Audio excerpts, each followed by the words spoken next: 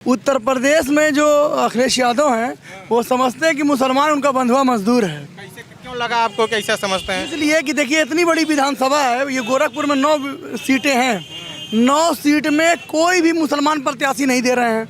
काम कहेंगे कि मुसलमानों के हितैषी हैं और उनकी पार्टी समाजवादी पार्टी नहीं है, यादववादी पार्टी है।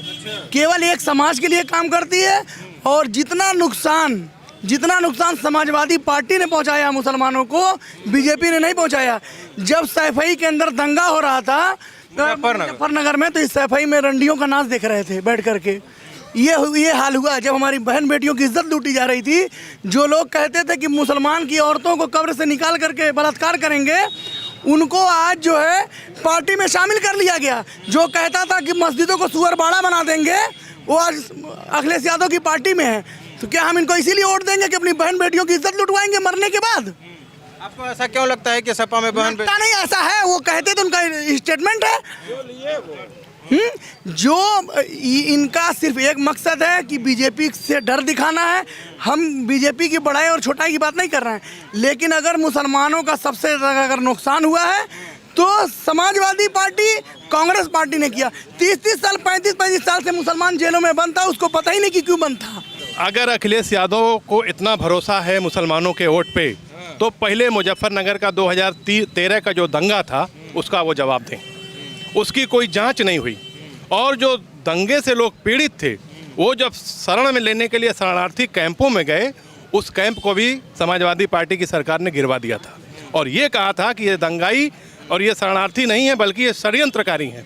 वो मुसलमानों को षड्यंत्रकारी बताने वाले लोग और आज मुसलमान वोटों की बात करते हैं। अखिलेश यादव को मैं चुनौती देता हूं कि अगर वो बहुत बड़े नेता हैं और उनको लगता है कि वो उत्तर प्रदेश के मुख्यमंत्री होने वाले हैं, तो गोरखपुर नगर विधानसभा से पर्चा दाखिल करके अपनी हैसियत देख लें।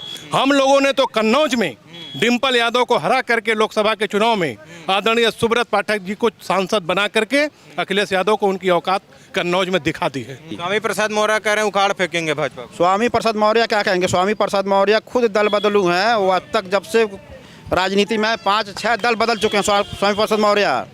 और स्वामी प्रसाद मौर्य जी के पिता का नाम जानते हैं क्या है? आप कभी गूगल पे सर्च मार के देखिए, आपको हकीकत पता चल जाएगी। उनके पिता मार लूंगा गूगल सर्च। हाँ, उनके पिता का नाम जो है बदलू मौर्य है। बदलू मौर्य है। तो स्वामी प्रसाद मौर्य जी ने अपने पिता के नाम को सार्थक करते हुए वो हमेशा दल बदल करते हैं। वो किसी पार्टी में नहीं है, न सपा में है, न बसपा में, न कांग्रेस में है। वो मौका परस्त हैं।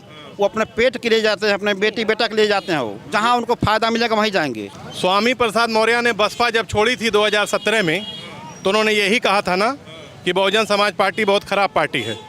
ठीक है, इस बार भी कह रहे हैं कि हम मायावती का साथ छोड़े, मायावती खत्म, भाजपा का साथ छोड़ रहे हैं, भाजपा खत्म। आज मैं आपको बता दूं कि वो जहां से भी चुनाव लड़ेंगे, स्वामी प्रसाद मौर्य, दारा सिंह चौहान और वो सैनी, धर्म सिंह सैनी, इन तीनों की जमानत जब्त होगी।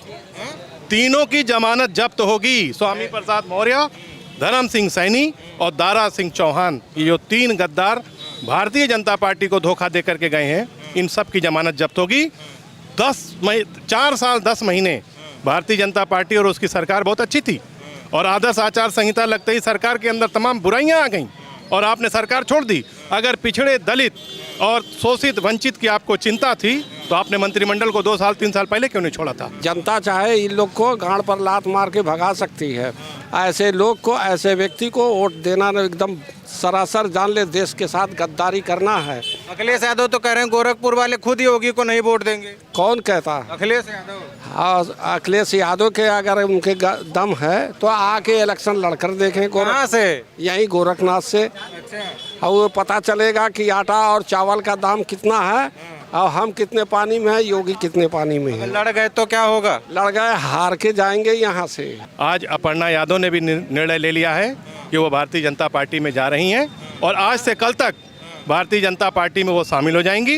अखिलेश यादव का कुनबा बिखर चुका है और आगे भी आने वाले चुनाव में पूरी तरह बिखर जाएगा। और ये नेता होता का छोड़ने होने से कोई फर्क नहीं? कोई फर्क नहीं पड़ा भाई। नेता ये तो चुनाव में मेढक जो होते हैं ना, जैसे कूप मेढक, वो चुनाव आता, कुछ लोग जाते हैं, कुछ लोग कूद किधर जाएंगे। किसी के छोड़ने से भाजपा को कोई फर्क नहीं पड़ता है। अपर्णा यादव के छोड़ने से सपा को फर्क पड़ेगा? एकदम पड़ेगा, एकदम पड़ेगा। और डिम्पल यादव भी आएंगी। और सुन लीजिए, भाजपा को छोड़ने से ये 3 चेहरे से लड़ती है। बताइए डिम्पल यादव कब आ रही है भाजपा? एकदम आएंगी, 24 में वो भी आएंगी। बातचीत हो गई है क्या? एकदम बात चल रही है, उन्होंने कई बार कॉल किया भी है और वो 24 में आएंगी, लेकिन अभी मना किया गया है। यहाँ से मुश्किल 50 कदम गोरखनाथ मंदिर का प्रेमिसेस शुरू हो जाता है। हाँ बिल्कुल, ये बात भी मैं दर्शकों को बता दूं कि यहाँ से ठीक सामने 50 मीटर के बाद जो गोरखनाथ मंदिर है, जहाँ उसका पे गेट मठ है, जो पूर्वी गेट है अभी नया जो बना है, वो यहाँ से 50 मीटर की दूरी पे है मात्र। और हम लोगों को तो कोई भय नहीं, इतनी बड़ी संख्या में मुसलमान खड़े। मैं कहूँगा दिखाएं आप दिखाएं सबको। और यहाँ पे कोई भी किसी तरीके का किसी को ना कोई भय है ना डर है। और मुसलमान खुले तौर पे रहता है। उसकी हर छोटी बड़ी समस्या हमेशा मंदिर से ही उसका समाधान हुआ है।